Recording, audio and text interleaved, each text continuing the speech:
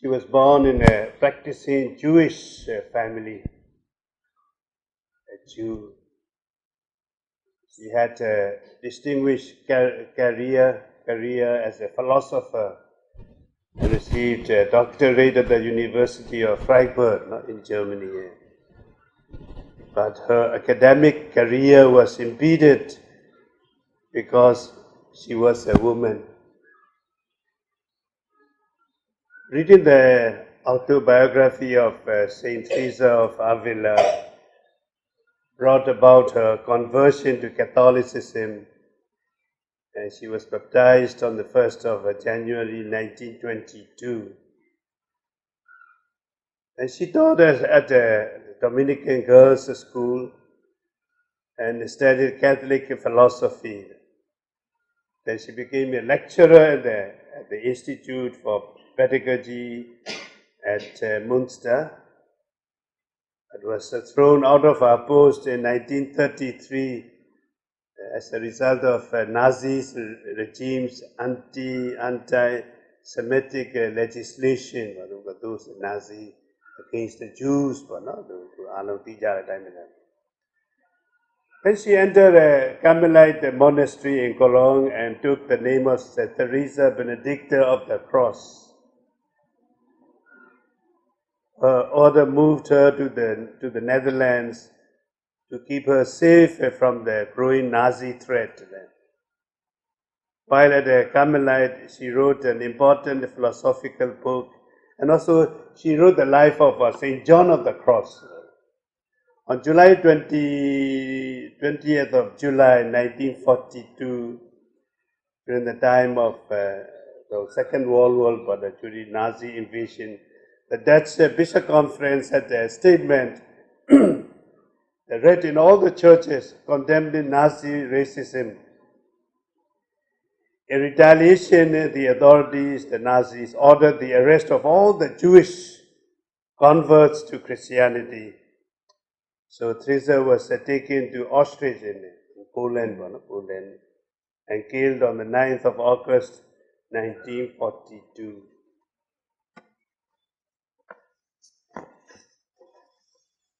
Look at the life of today's Saint Teresa Benedicta of the Cross. Discriminated because she was a woman. Discriminated and killed because she was a Jew. This year you have already finished your sector now as introduced by Sister Anthony. Gathered on the 1st to the 3rd of August. Now you continue with your mid-term evaluation from the 5th to 11th August on Good Shepherd's Strategic Plan of 2017 and 2021. As we have said, there are three main priorities program as you focus in these 5 years that reflect the Good Shepherd congregation's charism and the spirit. It's a new area of apostolate, a modern but challenging area of your apostolate. So elimination of gender-based violence, working for vulnerable women and the children. You'll have many opposition or something. And juvenile justice, bringing justice and rights to all of these people. And the most dangerous one is the third one, the cross-border approach to prevention of forced migration, migrant smuggling and trafficking, and rehabilitation and reintegration of victims and the survivors.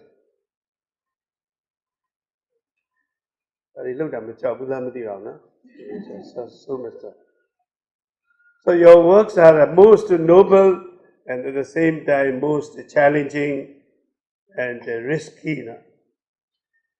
Risky and challenging means one has to work often against the authorities and business people.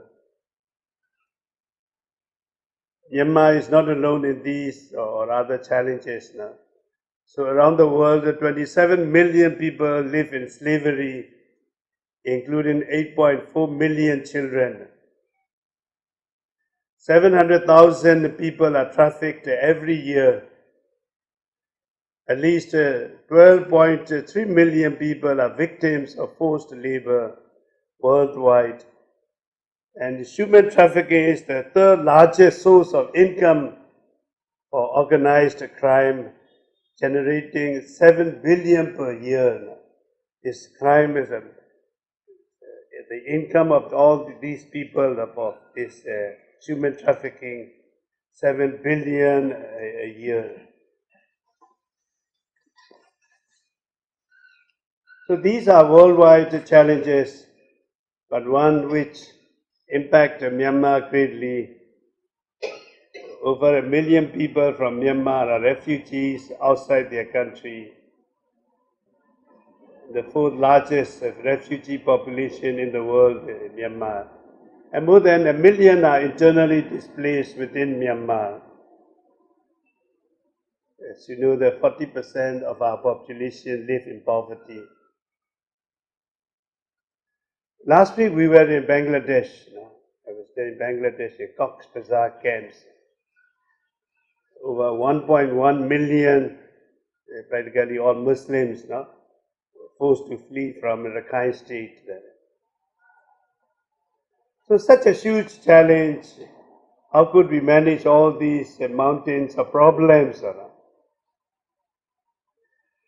small candle's light overcomes the total darkness. Your candlelights, each one of you, over the darkness of evil. So we go step by step, day by day, one moment at a time, and one person at a time. If you see the whole situation in the world, one is inclined to be discouraged. But when you go one person to another person, one to one, step by step.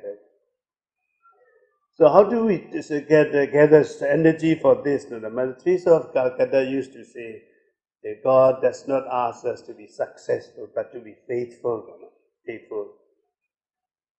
Her daily practice was that, and she encouraged others to also 1 hour of meditation and receive Jesus in the Holy Communion and see Jesus Holy Communion and see the face of Jesus in every person that she meets during the day.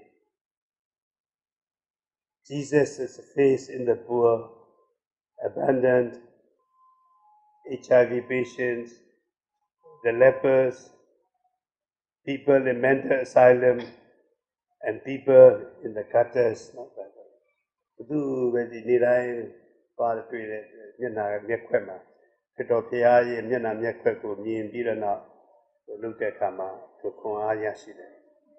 So may the Lord assist you during these days of evaluation and give you courage to carry on your mission.